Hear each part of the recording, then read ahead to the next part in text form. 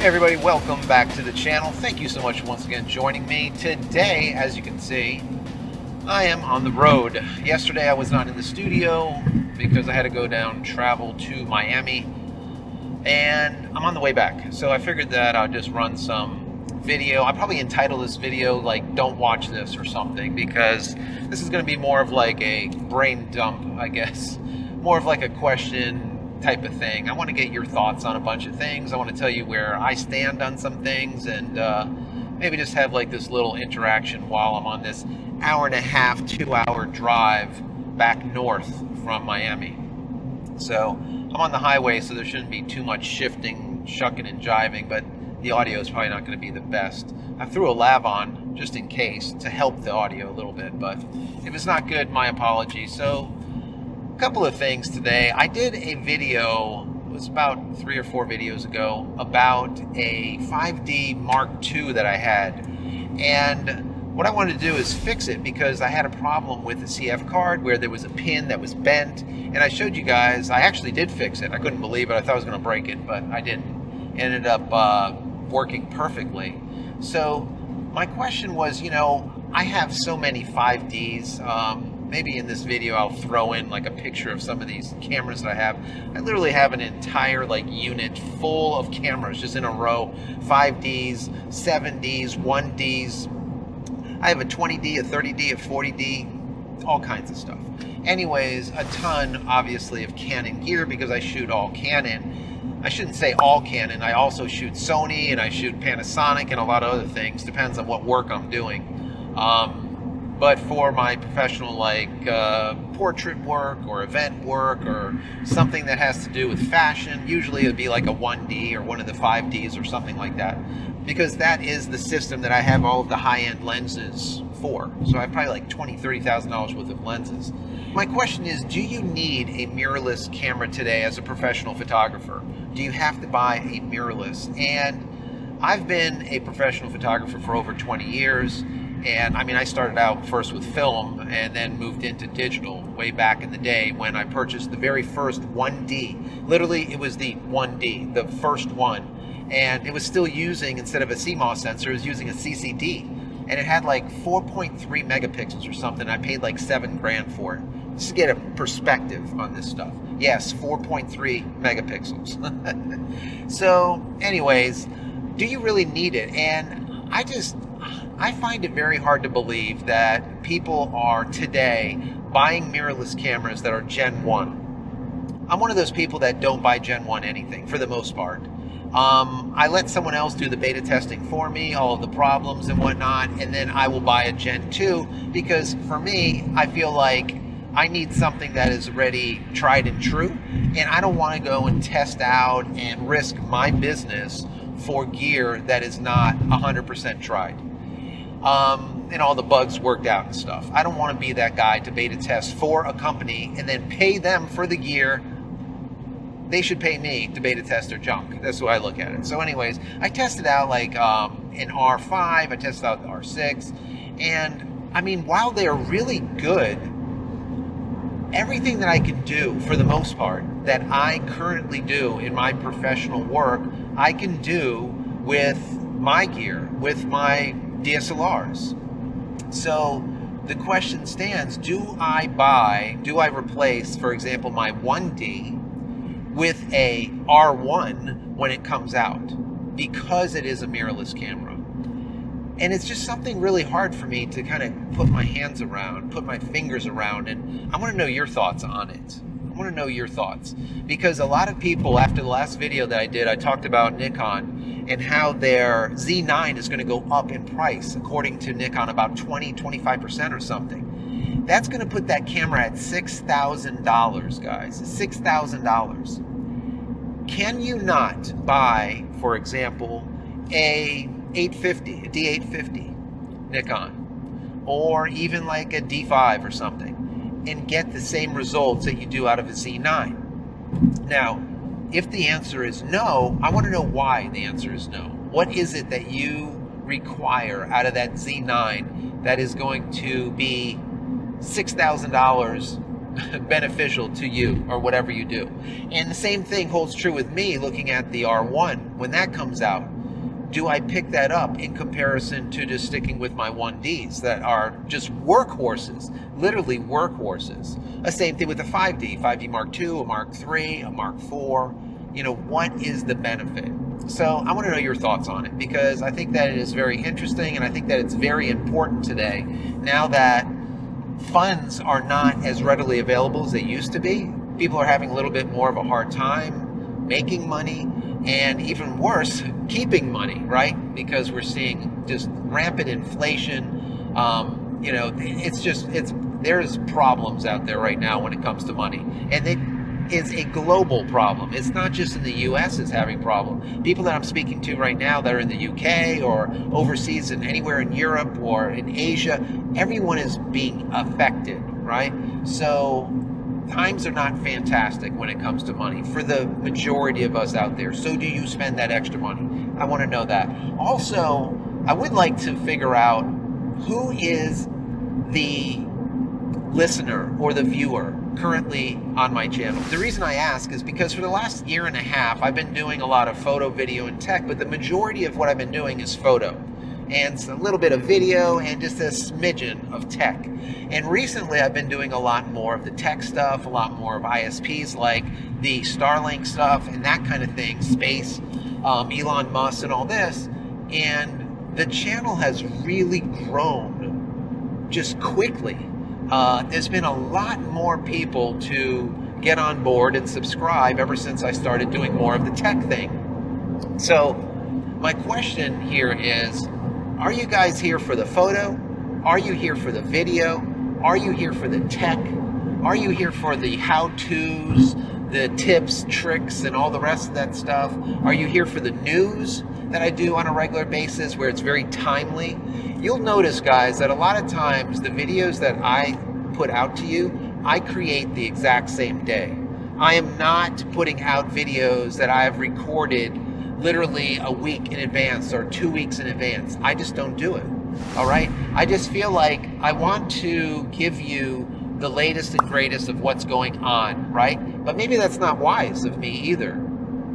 The one thing that I have found is that if you are a content creator, right, and you're doing continuously newsy or very timely coverage on stuff, the way it works is almost like, you know, eating a piece of candy in comparison to eating a piece of meat, right? The piece of meat kind of sustains you for a long period of time. You don't get that spike.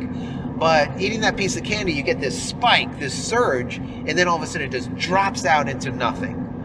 And what I've found doing the channel is I think that I need to make an equal amount of what I call evergreen content, stuff that's going to be out there for a long period of time, content that has longevity behind it, and then also throw in the timely things. I want to know your thoughts on it. I want to know what you think. Once again, why are you here? What are you looking for? What are you looking at more? What would you like to see more on the channel? All right, because the reason I'm here is to give you content, right? And I want to make content that you are enthused about, that you want to watch, that you are encouraged to watch, things that when you see the thumbnail come up and you know it's my content, you're like, oh yeah, let's go and listen. Besides this one that I said don't watch.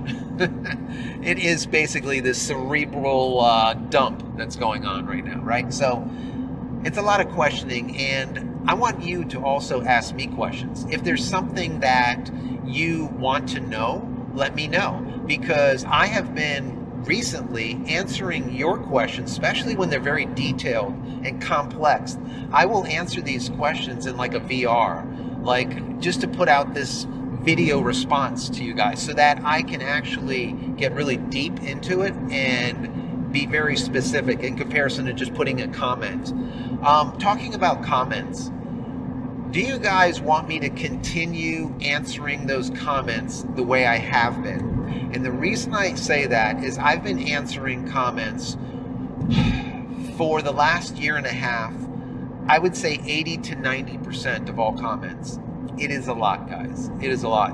And as I get 200 and 300, sometimes 400 comments on a video, it makes it very difficult for me to do. But I'm going to continue to do it because I like to have that interaction with you guys. But what do you guys think about that? Is it something that is like a requirement? Is it something that, like, when you go to a channel and you put in a comment, you expect a response back? Because I know when I go to the majority of channels that I frequent, I can write whatever I want into the comment area, and if it's not another fellow watcher or subscriber like myself, I'm not going to get a reply from the actual content creator. I'm just not.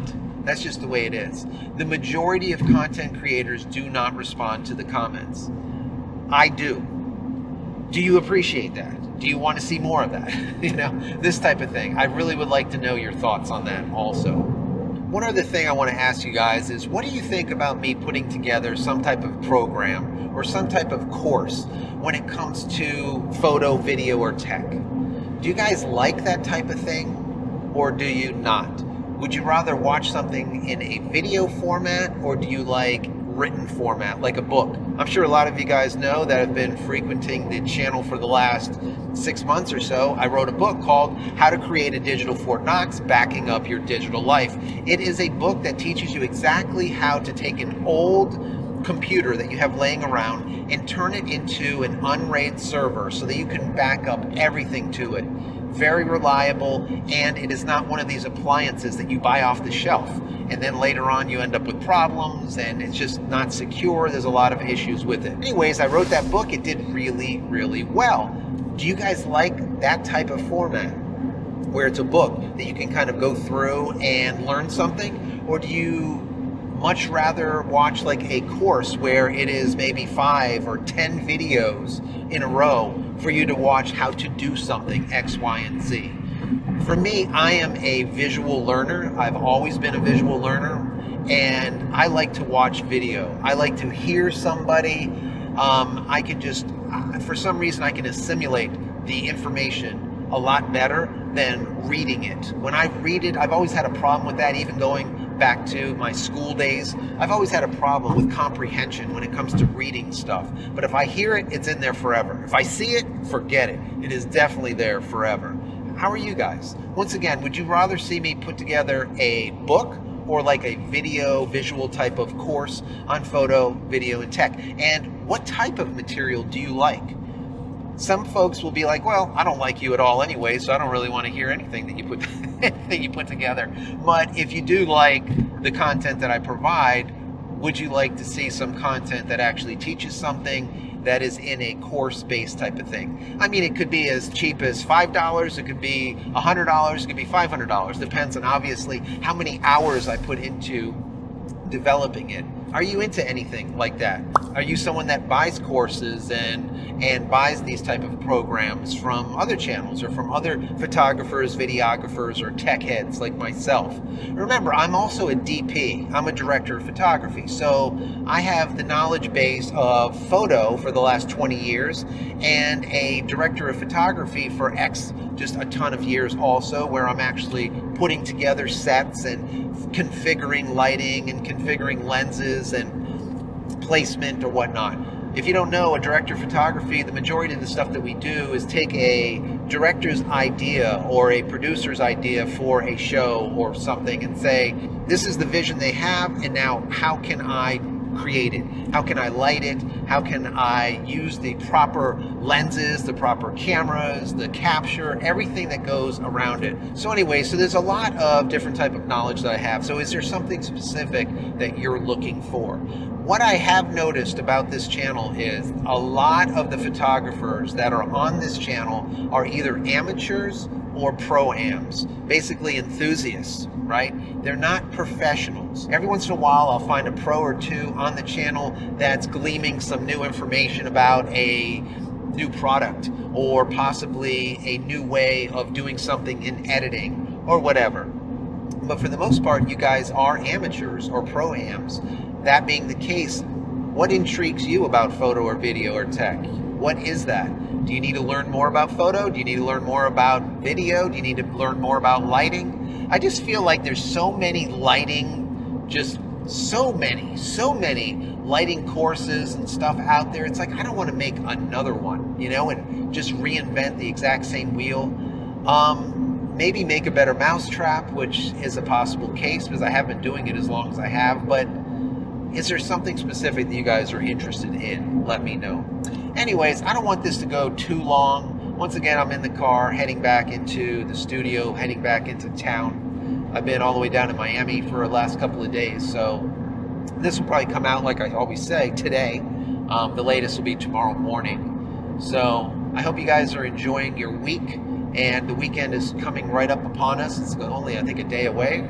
So if I don't talk to you between now and Saturday, have a wonderful weekend, but most likely I will. Anyways, I hope you enjoyed this. If you enjoyed this video that is probably entitled Don't Watch It, throw it a thumbs up. I would appreciate it. Also, subscribe to the channel, and if you are subscribed to the channel, click the little bell icon over there so when I go live or when a new video comes out, you will be notified of it immediately. Also, when you click that bell, also click on all. So they will notify you, they being YouTube, will notify you whenever I come out with new content. If you don't click all, for some reason, the damn thing don't work. I wish YouTube would fix it, but they don't. And a lot of times people are like, oh, I didn't even know you were live. And I have the little bell icon clicked. I don't know, guys. I don't know. Anyways, I hope you have a wonderful, wonderful day. Many blessings to you and your family. Stay safe, stay healthy, and we'll see you in the next one. Love you guys, as always. Take care.